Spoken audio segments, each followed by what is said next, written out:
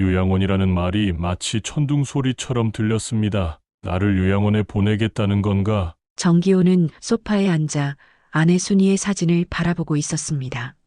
사진 속 순이는 여전히 환한 미소를 짓고 있었지만 정기호의 얼굴에는 깊은 그늘이 드리워져 있었어요. 여보, 나 혼자 남겨두고 먼저 가면 어떻게 해요? 정기호는 작은 목소리로 중얼거렸습니다. 순이가 세상을 떠난 지 벌써 2년이 흘렀지만 여전히 정기호에게는 어제 일처럼 생생했어요. 40년 넘게 함께 살아온 아내가 없는 집은 너무나 조용하고 쓸쓸했습니다. 현관문이 열리는 소리와 함께 며느리 지선의 목소리가 들려왔어요. 어머니, 들어갑니다. 지선은 정기호를 어머니라고 부르지만 그 목소리에는 따뜻함보다는 의무감이 더 많이 느껴졌습니다. 뒤이어 아들 민호도 들어왔어요. 민호는 45살의 중견 회사원으로 요즘 들어 아버지를 바라보는 눈빛이 예전 같지 않았습니다. 아버지, 안녕하세요. 민호의 인사는 형식적이었어요. 정기호는 천천히 고개를 돌려 아들 내외를 바라봤습니다. 왔구나. 밥은 먹었니? 네, 먹고 왔어요. 지선이 거실을 둘러보며 말했습니다. 냉장고 위에 놓인 반찬통들, 정리되지 않은 신문더미, 여기저기 흩어진 약봉지들이 눈에 들어왔어요. 어머니, 이렇게 혼자 계시기 힘드시죠? 지선의 말에 정기호는 고개를 끄덕였어요. 사실 혼자 사는 게 쉽지 않았습니다. 가끔 어지럽기도 하고 밤에 잠이 안 올 때면 순이가 그리워서 눈물이 나기도 했어요. 그래서 말인데요. 민호가 망설이며 입을 열었습니다. 아버지, 저희가 알아본 곳이 있어요. 하늘정원이라는 요양원인데 시설도 좋고 간병도 잘해준다고 하더라고요. 정기호의 가슴이 철렁 내려앉았어요. 요양원이라는 말이 마치 천둥소리처럼 들렸습니다. 요양원? 나를 요양원에 보내겠다는 건가? 정기호는 아무 말도 할 수 없었어요. 며느리 지선이 차가운 목소리로 말을 이었습니다. 어르신, 여긴 병원도 멀고 저희도 애 키우기 힘들어요. 수연이도 이제 중학생이라 손이 많이 가거든요. 정기호는 속으로 생각했어요. 난 여전히 정신도 멀쩡한데 버려지는 건가? 민호가 조심스럽게 말했습니다. 아버지께서 혼자 계시는 게 걱정되어서요. 요양원에 가시면 또래분들도 많고 규칙적으로 식사도 하시고. 그래, 알겠다. 정기호는 힘없는 목소리로 대답했어요. 더 이상 무슨 말을 해봐야 소용없다는 걸 알았습니다. 아들 내외의 마음은 이미 정해진 것 같았어요. 그럼 다음 주 월요일에 입소하시는 걸로 하겠습니다. 지선의 말에 정기호는 고개만 끄덕였어요. 아들 내외가 떠난 후 정기호는 다시 혼자가 되었습니다. 거실은 더욱 쓸쓸해 보였어요. 정기호는 아내 순이의 사진을 손에 들고 천천히 쓰다듬었습니다. 사진 속 순이의 미소가 흐릿하게 보였어요. 정기호의 눈에 눈물이 고였습니다. 여보, 우리 아들이 날 버리려고 해요. 당신이 살아있었다면 이런 일은 없었을 텐데. 창밖으로 해가 지고 있었어요. 정기호는 40여 년간 국어교사로 일하며 수많은 제자들을 가르쳤습니다. 은퇴 후에도 아내 순이와 함께 소소한 행복을 누리며 살아왔어요. 하지만 순이가 떠난 후 모든 것이 달라졌습니다. 정기호는 순이와 함께 찍은 사진들을 하나씩 꺼내 보았어요.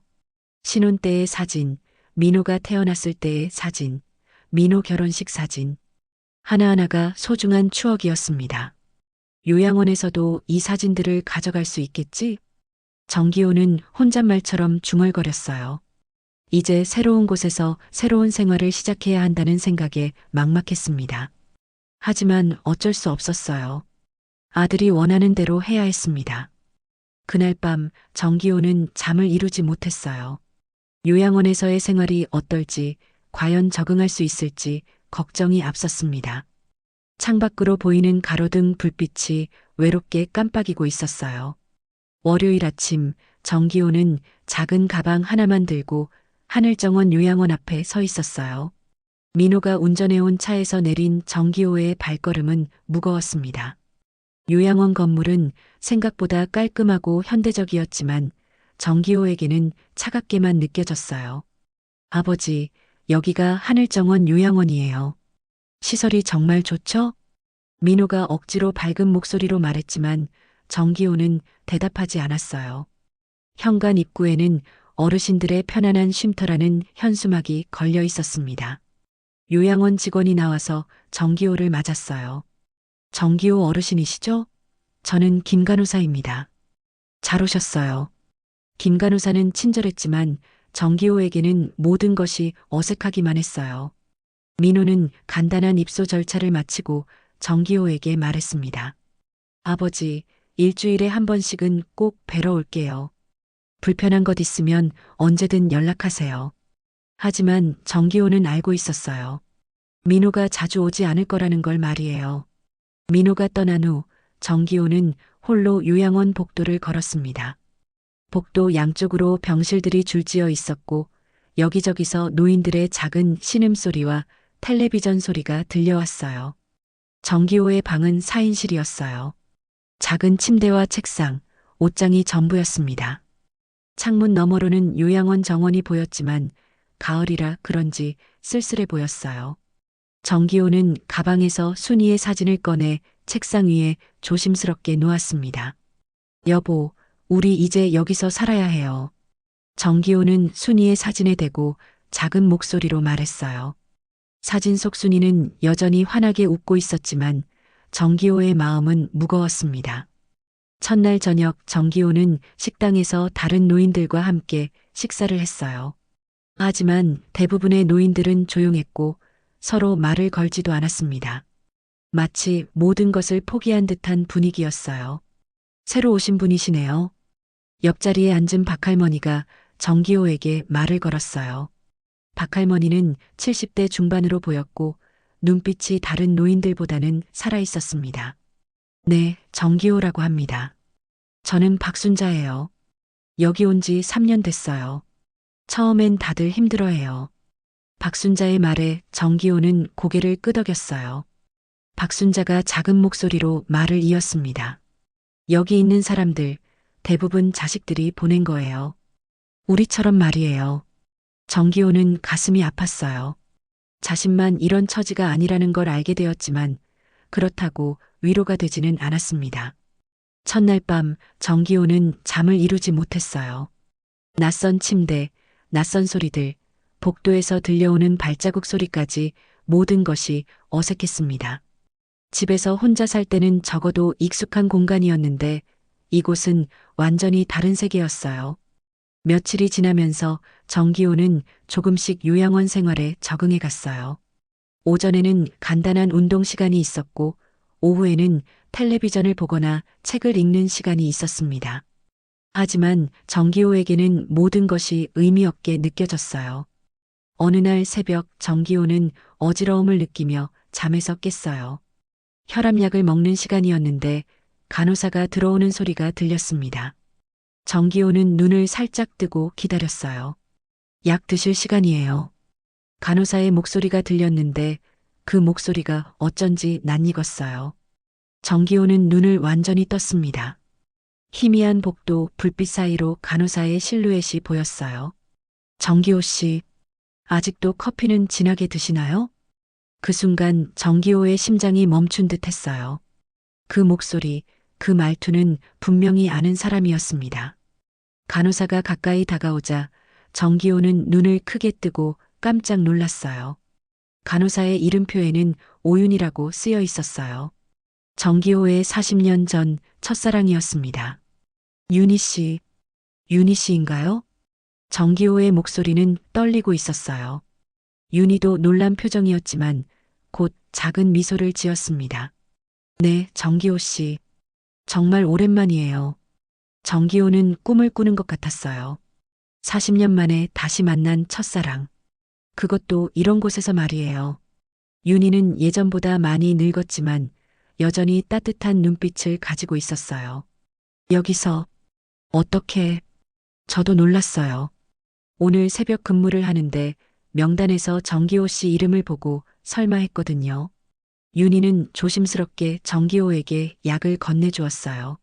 정기호는 윤희의 손이 자신의 손에 닿는 순간 온몸에 전율이 흘렀습니다. 윤희 씨가 여기서 일하시는군요. 네, 5년 전부터 이곳에서 일하고 있어요. 둘 사이에 잠시 침묵이 흘렀어요.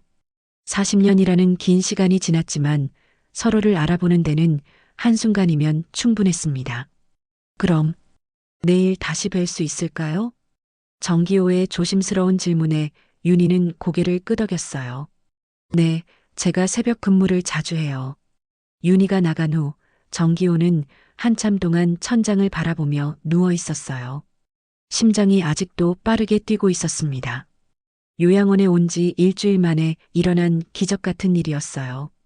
윤희 씨를 다시 만나다니. 정기호는 처음으로 요양원 생활에 대한 기대감을 느꼈습니다. 그 다음 날부터 정기호의 요양원 생활은 완전히 달라졌어요.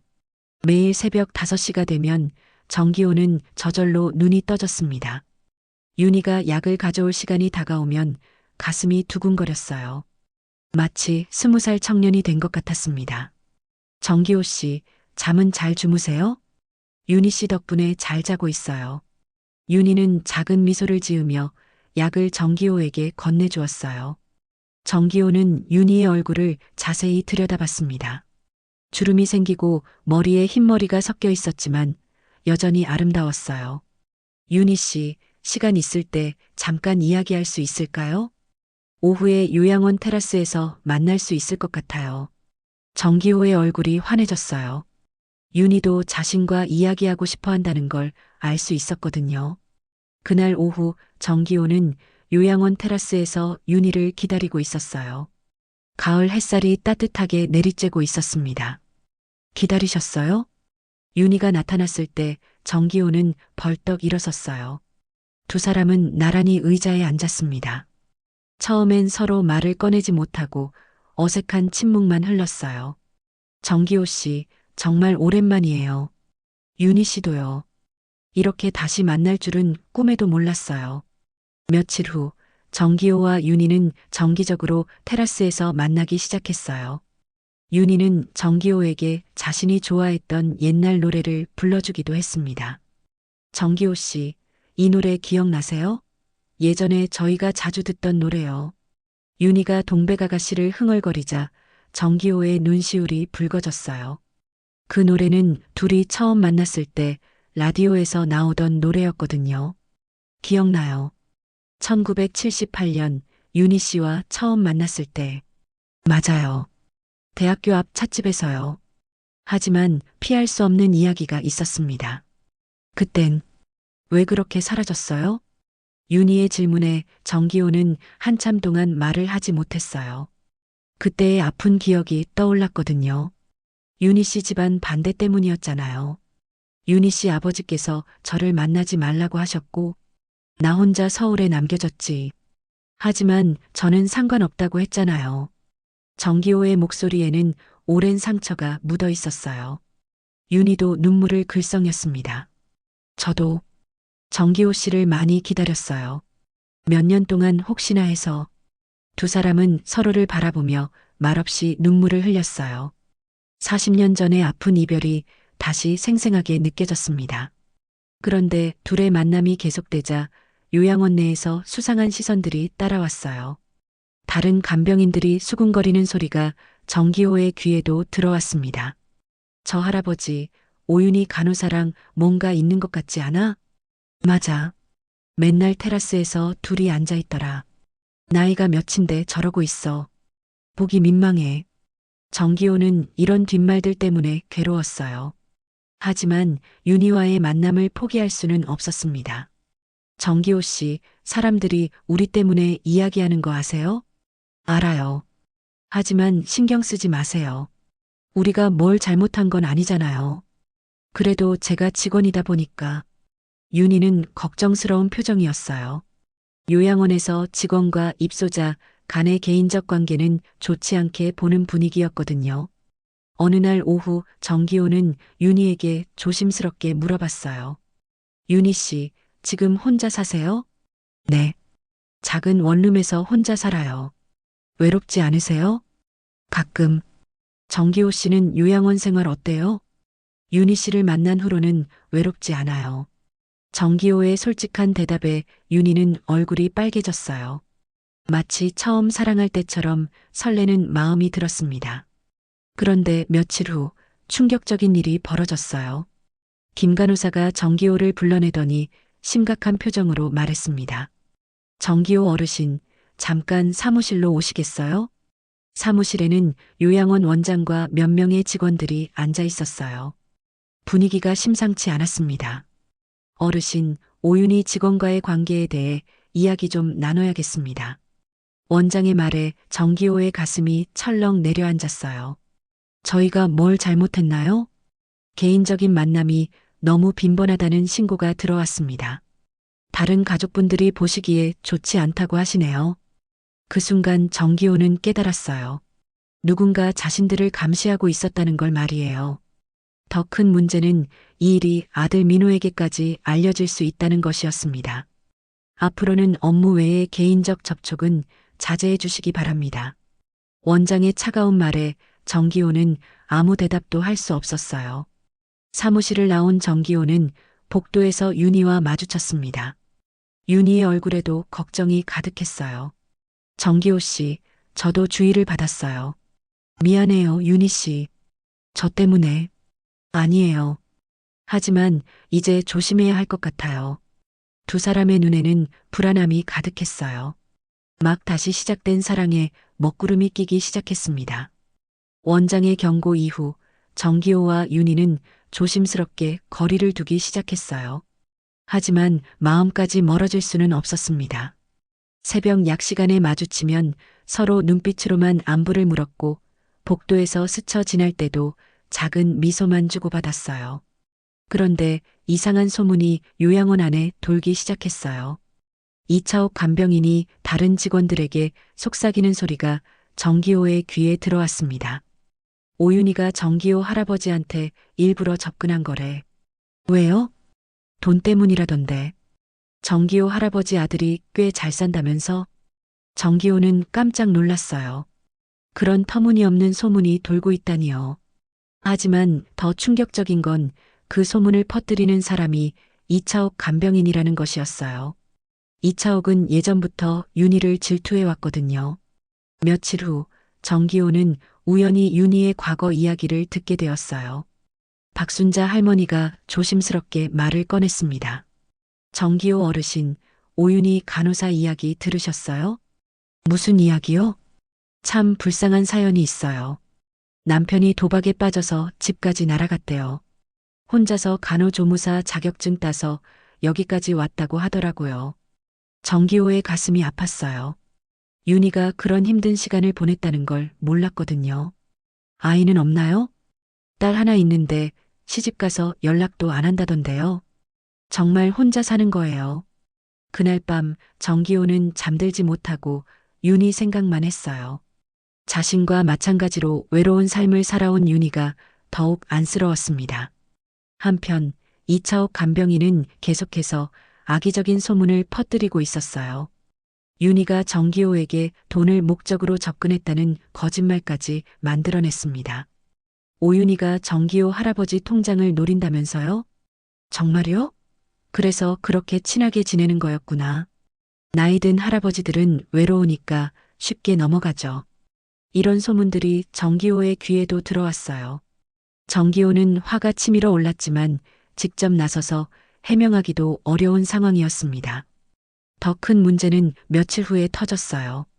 누군가 정기호와 윤희가 테라스에서 함께 있는 모습을 몰래 사진으로 찍었던 것이에요. 그 사진이 요양원 게시판에 붙여졌고 결국 정기호의 아들 민호에게까지 전달되었습니다. 그날 오후 며느리 지선이 불같이 화를 내며 요양원에 찾아왔어요. 어머니, 도대체 이게 무슨 일이에요? 지선은 정기호를 어머니라고 부르지만 그 목소리에는 분노가 가득했어요. 지선의 손에는 정기호와 윤희가 함께 앉아 있는 사진이 들려 있었습니다. 이게 무슨 추태예요? 여기서 연애질까지. 정기호는 아무 말도 할 수 없었어요. 지선의 목소리가 너무 커서 다른 사람들이 모두 쳐다보고 있었거든요. 어머니 나이가 몇 살인데 이런 짓을 하세요? 창피한 줄도 모르고. 지선아, 목소리 좀 낮춰라. 낮추라고요? 저희가 얼마나 창피한지 아세요? 요양원에서 이런 소문이 났다고 연락까지 왔어요. 그 순간 윤희가 나타났어요. 윤희는 정기호와 지선을 보더니 조심스럽게 다가왔습니다. 혹시 무슨 일이? 당신이 오윤희시죠? 지선이 윤희를 노려보며 말했어요. 윤희는 고개를 끄덕였습니다. 네, 그런데 우리 어머니한테 뭘 바라는 거예요? 돈이에요? 아니면 다른 목적이 있어요? 윤희의 얼굴이 창백해졌어요. 지선의 말이 너무 심했거든요. 그런 게 아니에요. 저희는 그냥 뭐요? 나이 들어서 바람났다고 하면 되는 거예요? 정기호가 참지 못하고 일어섰어요. 지선아, 그만해라. 윤희 씨한테 너무 심하잖아. 어머니는 조용히 계세요. 이 일 때문에 민호 오빠가 얼마나 화났는지 아세요? 지선은 계속해서 소리를 질렀어요. 주변 사람들이 모두 구경하고 있었지만 지선은 아랑곳하지 않았습니다. 앞으로 우리 어머니한테 접근하지 마세요. 알겠어요? 윤희는 아무 말도 하지 못하고 그냥 고개만 숙이고 있었어요. 윤희의 눈에 눈물이 고이는 게 보였습니다. 지선아, 윤희 씨는 잘못이 없어. 내가. 어머니, 정말 창피하니까 그만하세요. 지선이 소리를 지르며 나가버렸어요. 정기호와 윤희는 어색한 침묵 속에 남겨졌습니다. 정기호 씨, 미안해요. 제 때문에. 아니에요, 윤희 씨. 제가 미안해요. 윤희는 눈물을 훔치며 말했어요. 이제 정말 조심해야 할 것 같아요. 더 이상 이런 일이 생기면. 윤희 씨, 우리가 뭘 잘못했어요? 그냥 옛날 인연을 그리워한 것 뿐인데. 하지만 윤희는 고개를 저었어요. 아니에요. 제가 직원이고 정기호 씨는 입소자세요. 이건 규칙 위반이에요.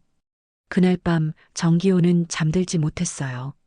지선의 모진 말들이 계속 머릿속을 맴돌았습니다. 특히 윤희가 돈을 목적으로 자신에게 접근했다는 말이 가장 화가 났어요. 다음 날 아침 더 충격적인 소식이 기다리고 있었어요. 요양원 측에서 윤희를 부원장실로 불러들인 것이었습니다. 정기호는 불안한 마음으로 기다렸지만 윤희는 한참 후에야 나왔어요. 윤희의 얼굴은 창백했고 눈이 빨갛게 부어 있었어요.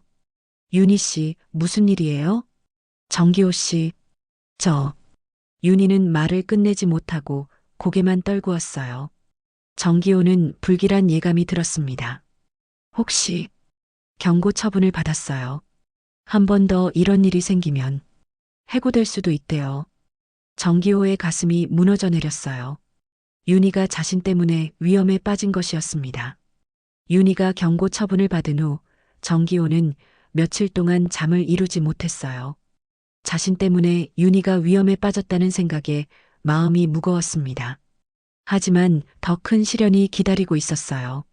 이차옥 간병인은 여전히 악의적인 소문을 퍼뜨리고 있었어요. 이번엔 더 구체적이고 악랄한 거짓말을 만들어냈습니다. 오윤희가 정기호 할아버지 방에서 돈을 훔쳤다는 소문이 있어. 정말요? 응, 그래서 정기호 할아버지가 윤희를 감싸주는 거래. 약점을 잡혔으니까.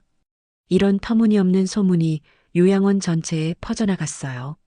정기호는 참을 수 없었습니다.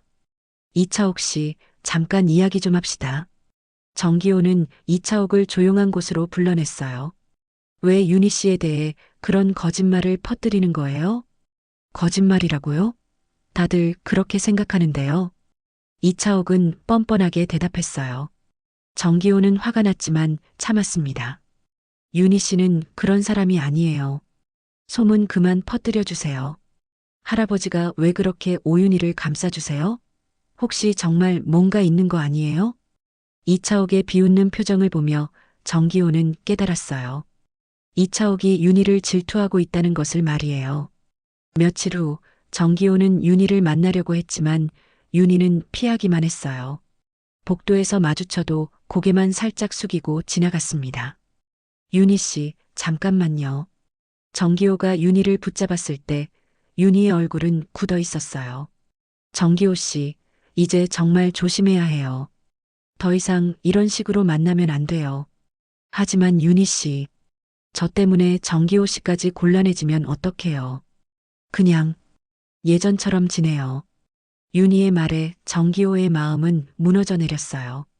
하지만 윤희의 처지를 생각하니 더 이상 억지를 부릴 수 없었습니다.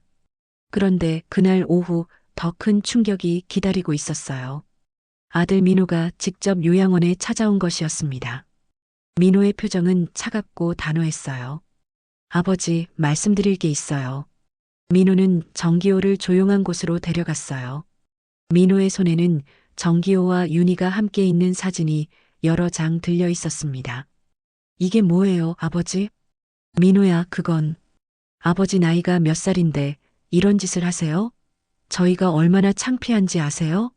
민호의 목소리에는 분노와 실망이 가득했어요. 오윤이라는 여자가 아버지한테 뭘 바라는 건지 뻔해요. 돈이겠죠. 그런 게 아니야. 윤희 씨는 그런 사람이 아니거든. 아버지는 속고 계신 거예요. 그 여자가 얼마나 계산적인지 모르시나 봐요. 정기호는 아들의 말에 상처를 받았어요. 하지만 더 큰 충격은 민호의 다음 말이었습니다. 내일 요양원을 옮기기로 했어요. 뭐라고? 다른 요양원으로 옮기세요. 여기서는 더 이상 있을 수 없어요. 정기호는 깜짝 놀랐어요. 민호가 그렇게까지 할 줄은 몰랐거든요. 민호야, 갑자기 그게 무슨 소리야? 아버지가 정신 차리지 않으시니까 저희가 나서는 거예요. 그 여자랑 떨어뜨려 놓으면 정신을 차리실 거예요. 민호의 차가운 말에 정기호는 절망했어요. 하지만 더 큰 일이 기다리고 있었습니다. 그날 밤 요양원 부원장이 윤희를 불러들였어요. 부원장실에서는 심각한 대화가 오가고 있었습니다. 오윤희 씨, 더 이상 참을 수 없습니다. 부원장님, 저는 아무것도 여러 차례 경고했는데도 계속 문제를 일으키고 있어요. 이제 정기호 어르신 가족들까지 항의를 하고 있어요. 윤희는 아무 말도 할 수 없었어요. 이미 결정된 것 같았거든요. 직원 윤리 위반으로 해고 처분을 내립니다. 내일부터 출근하지 마세요. 윤희의 얼굴이 창백해졌어요. 이 일자리를 잃으면 생활이 힘들어질 게 뻔했거든요. 부원장님, 한 번만 더 기회를 주세요. 정말 아무것도 안 했어요. 이미 늦었어요. 결정은 번복할 수 없습니다. 윤희는 부원장실을 나와 복도를 비틀거리며 걸었어요. 눈물이 계속 흘러내렸습니다. 그때 정기호가 복도에서 윤희를 보았어요. 윤희 씨, 무슨 일이에요? 윤희는 정기호를 보자 더 이상 참을 수 없었어요. 눈물을 터뜨리며 말했습니다. 정기호 씨, 저 해고됐어요. 정기호는 머리를 망치로 맞은 것 같았어요. 모든 것이 자신 때문이라는 생각에 죄책감이 밀려왔습니다. 내가 이렇게 만든 거구나. 아니에요. 정기호 씨 잘못이 아니에요. 윤희는 울면서도 정기호를 위로했어요. 하지만 정기호는 자신을 용서할 수 없었습니다. 윤희 씨, 정말 미안해요. 내가 조심했어야 했는데. 이제 정말 안녕히 계세요. 윤희는 마지막 인사를 하고 요양원을 떠났어요. 정기호는 그 모습을 지켜보며 가슴이 찢어지는 듯 했습니다. 그날 밤 정기호는 엄청난 충격과 스트레스로 잠들지 못했어요. 가슴이 답답하고 숨이 가빠왔습니다. 새벽이 되자 어지러움이 심해졌어요. 흐, 흐. 정기호는 침대에서 일어나려다가 쓰러졌어요. 뇌졸중 전조 증상이었습니다. 다행히 옆 병실 할아버지가 발견해서 간호사를 불렀어요. 어서 구급차를 불러요. 정기호는 의식을 잃은 채 병원으로 옮겨졌어요. 응급실에서 응급처치를 받고 나서야 의식을 되찾았습니다. 정기호 씨, 괜찮으세요? 의사가 다가와서 물어봤어요. 정기호는 힘겹게 고개를 끄덕였습니다. 스트레스성 뇌졸중 전조 증상이에요. 큰 충격을 받으셨나 봐요. 정기호는 병원 침대에 누운 채 천장을 바라봤어요. 민호나 며느리 지선은 연락조차 오지 않았습니다. 정기호는 혼자 중얼거렸어요. 윤희야, 너무 늦은 건 아니었으면 좋겠어.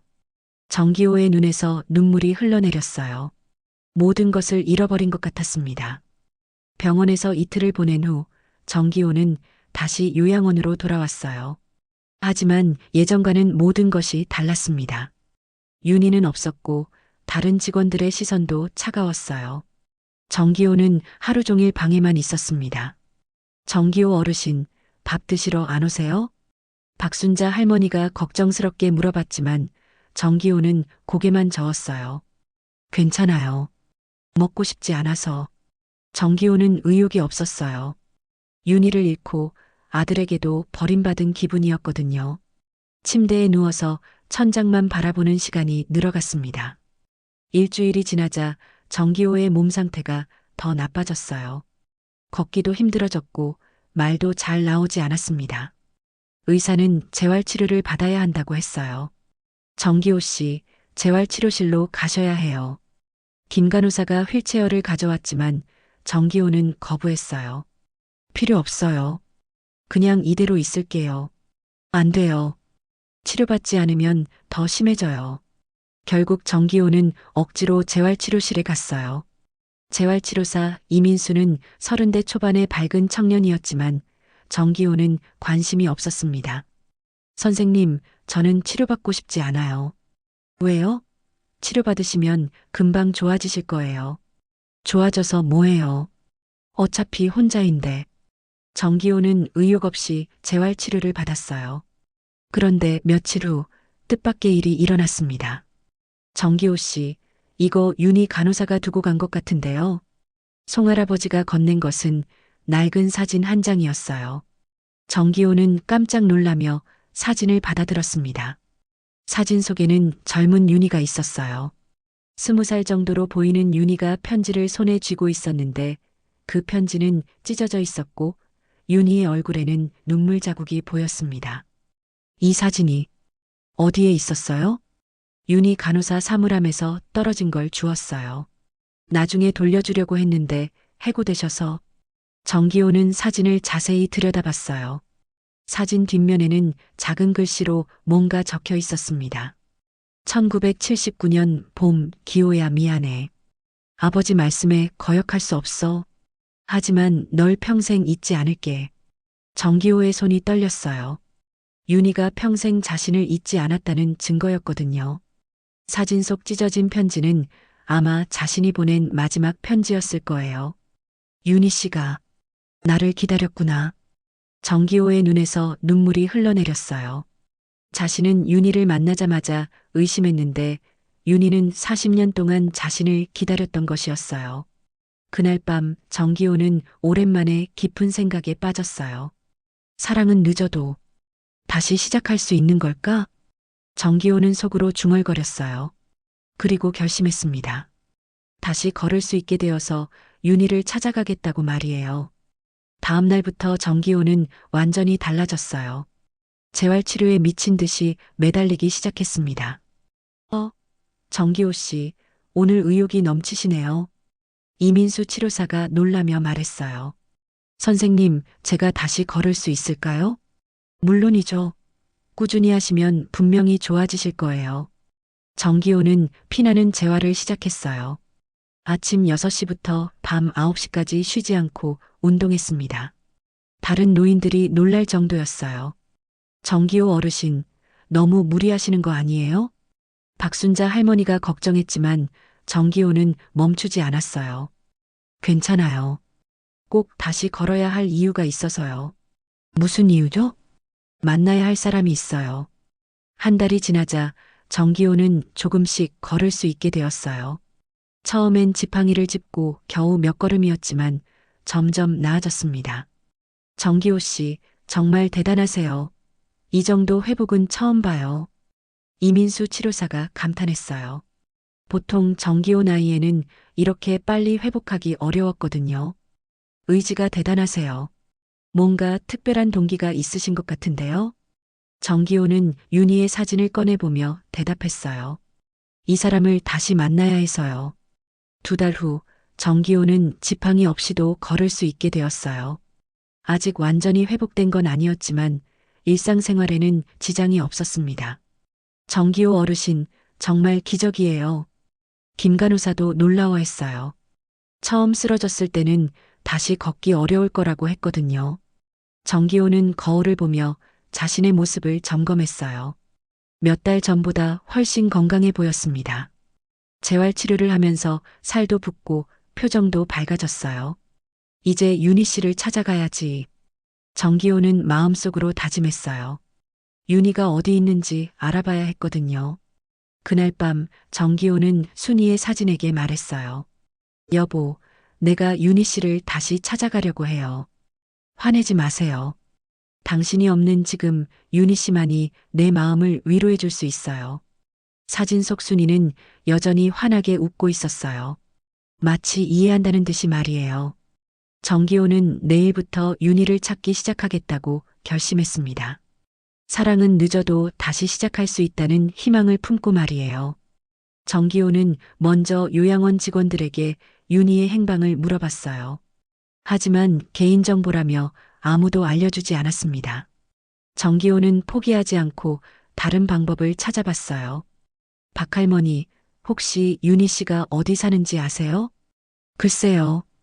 원룸에 산다고 했는데 어디인지는 몰라요. 정기호는 직접 발품을 팔기로 했어요. 요양원 근처 원룸들을 하나씩 찾아다니기 시작했습니다. 하지만 쉽지 않았어요. 며칠 후 정기호는 우연히 옛날 동료 선생님을 만났어요. 정기호야. 여기서 뭐해? 아, 김 선생님. 안녕하세요. 김 선생님은 정기호보다 5살 위인 선배 교사였어요. 은퇴 후에도 가끔 연락을 주고받던 사이였습니다. 요즘 어떻게 지내? 요양원에 있다고 들었는데. 정기호는 김 선생님에게 사정을 털어놓았어요. 윤희와의 재회, 해고, 사건, 그리고 지금 찾고 있다는 이야기까지 말이에요. 아, 그 오윤희 씨 말하는 거구나. 혹시 아세요?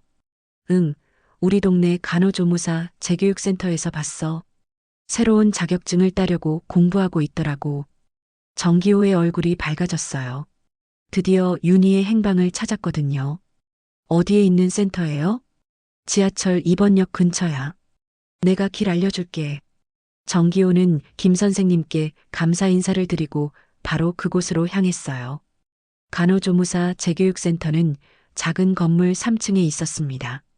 정기호는 센터 앞에서 기다렸어요. 수업이 끝나는 시간을 알아보니 오후 5시였습니다. 정기호는 떨리는 마음으로 기다렸어요. 오후 5시 센터 문이 열리며 사람들이 나오기 시작했어요. 정기호는 한 명 한 명 살펴봤습니다. 그런데 윤희가 보이지 않았어요. 혹시 오늘은 수업이 없나? 정기호는 실망했지만 포기하지 않았어요. 다음 날도 같은 시간에 와서 기다렸습니다. 3일째 되는 날 드디어 윤희가 나타났어요. 윤희는 다른 수강생들과 함께 이야기하며 센터 문을 나왔습니다. 정기호는 가슴이 뛰어서 한참 동안 말을 할 수 없었어요. 윤희는 예전보다 더 말랐고 얼굴도 어두워 보였어요. 하지만 정기호에게는 여전히 아름다웠습니다. 수업이 끝나고 나오는 윤희와 눈이 마주쳤을 때 윤희는 깜짝 놀랐어요. 정기호 씨? 어떻게 여기에? 윤희 씨를 찾았어요. 할 말이 있어서요. 윤희는 당황했지만 정기호의 진지한 표정을 보고 조용한 곳으로 따라갔어요. 센터 근처에 작은 공원이 있었는데 두 사람은 그곳 벤치에 앉았습니다. 정기호 씨, 어떻게 저를 찾으셨어요? 김 선생님께서 알려주셨어요. 윤희 씨, 정말 미안해요. 제 때문에 일자리를 잃게 해서. 아니에요. 제가 조심하지 못한 거예요. 정기호는 주머니에서 윤희의 사진을 꺼냈어요. 젊은 윤희가 찢어진 편지를 들고 눈물 흘리는 사진이었습니다. 이게 뭐예요? 송할아버지가 주셨어요. 윤희 씨가 사물함에 두고 간 거라고 하더라고요. 윤희는 사진을 보자 얼굴이 빨개졌어요. 자신의 비밀이 들통난 기분이었거든요. 사진 뒷면에 글이 적혀 있더라고요.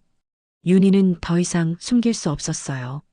사진을 뒤집어 보더니 작은 목소리로 말했습니다. 정기호 씨를 정말 잊을 수가 없었어요. 결혼하고 나서도, 이혼하고 나서도 계속 마음 한구석에 있었어요. 정기호의 가슴이 뜨거워졌어요. 자신도 마찬가지였거든요. 저도 그랬어요, 윤희 씨. 순이와 행복하게 살았지만 가끔 윤희 씨 생각이 났어요. 두 사람은 잠시 말없이 앉아 있었어요. 40년이라는 긴 시간이 무색할 만큼 마음이 통했습니다. 이제 내가 윤희 씨 곁에 있어도 되겠습니까? 정기호가 조심스럽게 물어봤을 때 윤희는 망설였어요. 정기호 씨, 저희 나이가 이제 얼마나 됐는데 나이가 뭐가 중요해요. 사랑의 나이가 어디 있어요. 윤희는 정기호의 진심을 느꼈어요. 하지만 여전히 걱정이 많았습니다. 아드님이 뭐라고 하실까요? 그건 제가 해결할 문제예요. 윤희 씨만 괜찮다면. 윤희는 한참 생각하다가 작은 미소를 지으며 고개를 끄덕였어요. 네. 저도 정기호 씨와 함께 하고 싶어요. 정기호는 너무 기뻐서 윤희의 손을 잡았어요. 윤희도 부끄러워하면서도 손을 빼지 않았습니다. 하지만 그 순간 뒤에서 익숙한 목소리가 들려왔어요. 이제 와서 뭐 하자는 겁니까, 아버지? 정기호와 윤희는 깜짝 놀라 뒤를 돌아봤어요. 아들 민호가 차가운 표정으로 서 있었습니다. 민호야, 내가 여기 웬일이냐? 요양원에서 아버지가 없어졌다고 연락 왔어요. 찾아다니다가 여기까지 왔죠. 민호는 윤희를 보며 비웃듯 말했어요. 역시 이 여자 때문이었군요. 아직도 정신을 못 차리셨네요. 민호야 말을 함부로. 아버지, 나이가 몇 살인데 이런 추태를 부리세요? 어머니가 살아계시면 뭐라고 하실까요? 민호의 말에 정기호는 화가 났어요. 아들이 자신의 감정을 전혀 이해하려 하지 않았거든요. 민호야, 아버지도 외로워. 순이 어머니 없이 혼자 사는 게 얼마나 힘든지 넌 모를 거야. 그래서 이런 여자한테 매달리는 거예요? 창피하지도 않으세요? 민호가 윤희를 이런 여자라고 부르자 정기호는 참을 수 없었어요. 민호야, 윤희 씨에게 그렇게 말하는 거 아니다. 정기호가 단호하게 말하자 민호는 더욱 화가 났어요. 아버지는 속고 계신 거예요. 이 여자가 뭘 노리는지 뻔하잖아요. 넌 나를 버렸고 이 사람은 날 다시 살게 했어. 정기호의 차가운 말에 민호는 당황했어요. 아버지가 이렇게 단호하게 나올 줄 몰랐거든요. 아버지, 민호야, 아버지 말 좀 들어봐. 윤희 씨는 나의 첫사랑이야. 40년 전에 헤어졌던 사람이고 돈이나 다른 목적이 있는 게 아니라 진심으로 서로를 아끼는 사이란다. 민호는 아버지의 말을 듣고 조금 당황했어요. 첫사랑이라는 말에 예상과 달랐거든요. 하지만 민호는 여전히 못마땅했어요. 그렇다고 해도 이건 아니에요, 아버지. 주변에서 뭐라고 하겠어요. 주변 시선이 뭐가 중요해? 내 인생이야. 정기호의 단호한 말에 윤희는 감동했어요. 정기호가 자신을 위해 아들과까지 맞서고 있었거든요. 민호는 더 이상 할 말이 없었어요. 아버지의 결심이 확고해 보였거든요. 알겠어요. 하지만 후회하지 마세요. 민호는 그 말을 남기고 돌아갔어요. 정기호와 윤희는 다시 둘만 남게 되었습니다. 민호가 떠난 후 정기호와 윤희는 한참 동안 말없이 앉아 있었어요. 두 사람 모두 방금 일어난 일에 대해 복잡한 마음이었습니다. 정기호 씨, 아드님 때문에 괜찮으실까요? 윤희가 걱정스럽게 물어봤어요. 정기호는 윤희의 손을 꽉 잡으며 대답했습니다. 괜찮아요. 이제 제 마음을 확실히 했어요. 하지만 윤희 씨, 우리 나이에 이런 기회가 또 올까요? 이번엔 놓치고 싶지 않아요. 정기호의 진심 어린 말에 윤희도 마음을 굳혔어요. 더 이상 주저할 이유가 없었습니다. 그럼 앞으로 어떻게 할까요? 먼저 윤희 씨가 어디 사는지 알아야겠어요. 자주 만날 수 있도록요. 윤희는 부끄러워하며 자신이 사는 작은 원룸 주소를 알려줬어요. 요양원에서 그리 멀지 않은 곳이었습니다. 다음 날부터 정기호는 요양원을 몰래 나와서 윤희를 만나기 시작했어요. 윤희는 낮에는 재교육센터에서 공부하고 저녁에는 정기호와 함께 시간을 보냈습니다. 정기호 씨, 이렇게 몰래 나오시면 요양원에서 뭐라고 하지 않을까요? 괜찮아요. 저녁 식사 후에 산책한다고 하면 되거든요. 두 사람은 공원을 걸으며 옛날 이야기를 나누었어요. 40년 동안 못다한 이야기들이 쏟아져 나왔습니다. 윤희 씨, 그때 헤어진 후 정말 힘들었어요. 저도 그랬어요. 매일 정기호 씨 생각만 했어요. 이제라도 다시 만나게 되어서 다행이에요. 한 달 정도 이런 식으로 만나던 어느 날 정기호는 중요한 결심을 했어요. 윤희 씨, 저와 함께 살지 않을래요? 윤희는 깜짝 놀랐어요. 갑작스러운 제안이었거든요. 갑자기 그게 무슨 말이에요? 요양원 생활이 답답해요. 윤희 씨와 함께 작은 집에서 살고 싶어요. 하지만 정기호 씨, 우리 나이가 문제가 아니에요. 서로 사랑하면 되는 거 아닌가요? 정기호의 간절한 마음에 윤희는 마음이 움직였어요. 사실 윤희도 혼자 사는 게 외로웠거든요. 생각해 볼게요. 며칠 후 윤희는 정기호에게 답을 했어요. 좋아요. 함께 살아요. 정기호는 너무 기뻐서 윤희를 꼭 안았어요. 공원에 있던 다른 사람들이 쳐다봤지만 두 사람은 신경 쓰지 않았습니다. 그런데 이때 또 다른 문제가 생겼어요. 정기호가 요양원을 나가려면 보호자인 민호의 동의가 필요했거든요.